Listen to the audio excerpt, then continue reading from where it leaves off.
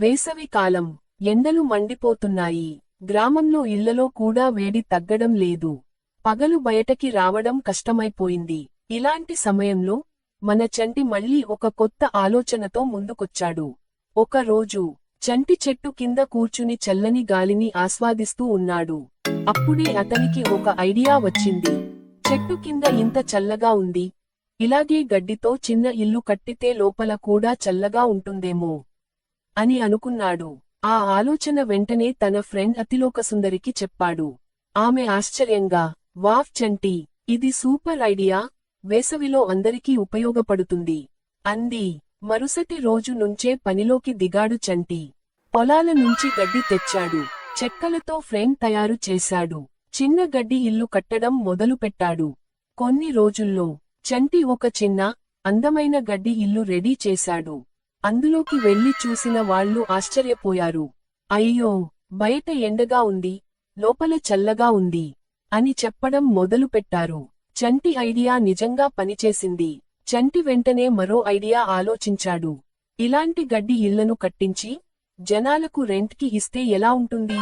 అతిలోకసుందరి, అదే super, cool gross houses అని పేరు పెట్టుదాం అంది.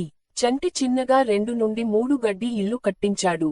రోజుకి కొంత డబ్బు తీసుకుని జనం అక్కడికి వచ్చి విశ్రాంతి తీసుకోవడం మొదలుపెట్టారు.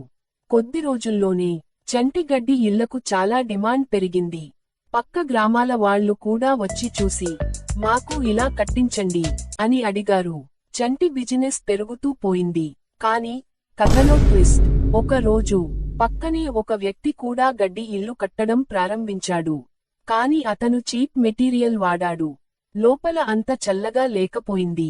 జనం అక్కడికి వెళ్లి, ఇది అంత బాగోలేదు, చంటి ఇల్లు బెస్ట్ అని చెప్పి తిరిగి వచ్చారు. చంటి మాత్రం నాణ్యత తగ్గించలేదు. అందుకే అతని బిజినెస్ ఇంకా పెరిగింది.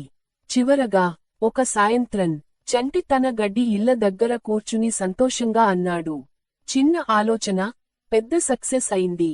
అతిలోకసుందరి నవ్వుతూ, చంటి, నువ్వు ఎప్పుడూ ఇలా కొత్తగా ఆలోచిస్తే ఇంకా పెద్దవాడవుతావు అంది.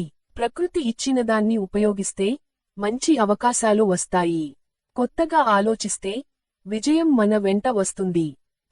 ఇలాంటి మరిన్ని తెలుగు స్టోరీస్ మరియు ఫనీ వీడియోస్ కోసం చిన్ను స్టోరీ వరల్డ్ ఛానల్ని లైక్ చేయండి, సబ్స్క్రైబ్ చేసుకోండి, షేర్ చేయండి. మీ సపోర్ట్ మాకు చాలా ఇంపార్టెంట్.